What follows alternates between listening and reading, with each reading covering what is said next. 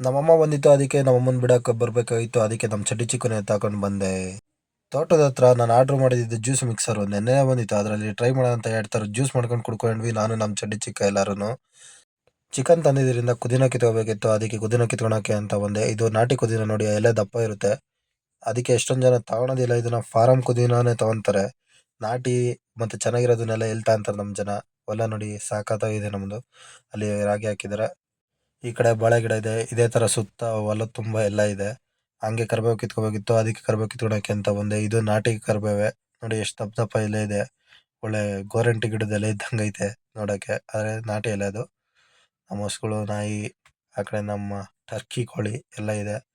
ಒಟ್ನಾಗ ಒಳ್ಳೆ ವಿಸಿಬಿಲಿಟಿ ಒಳ್ಳೆ ನೇಚರು ನೋಡಕ್ ಮಾತ್ರ ಇಲ್ಲಿರಕ್ಕೆ ಒಂಥರ ಸಂತೋಷ ಗುರುವೆ.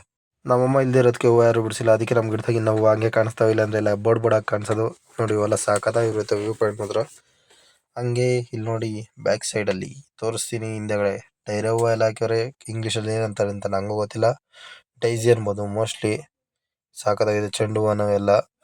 ಇನ್ನೇನು ಚಿಕನ್ಗೆಲ್ಲ ರೆಡಿ ಮಾಡಿಕೊಂಡಿದ್ವಿ ಬಟ್ ಅಷ್ಟರಲ್ಲೇ ಕರೆಂಟ್ ಹೋಗ್ಬಿಡ್ತು ರುಬ್ಕೊಳ್ಳೋಣ ಅಷ್ಟರಲ್ಲಿ.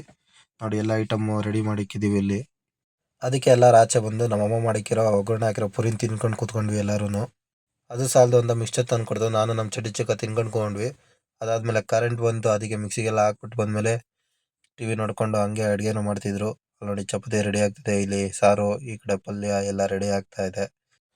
ಜಾಸ್ತಿ ದಿನ ಆದಮೇಲೆ ಟಿವಿ ನೋಡ್ತಾ ಇದ್ದೀನಿ. ಇವತ್ತು ಜಾಸ್ತಿ ಫೋನ್ ಯೂಸ್ ಮಾಡಿಲ್ಲ. ಚಿಕ್ಕ ಹುಡುಗರಾಗಿದ್ದಾಗೆಲ್ಲ ಇದೇ ಮೂವಿ ನಾವು ಜಾಸ್ತಿ ನೋಡ್ತಿದ್ವಿ. ಯಾಕೆಂದ್ರೆ ಕಾರ್ಟೂನು ಇರುತ್ತೆ ಮೂವಿನೂ ಇರುತ್ತೆ.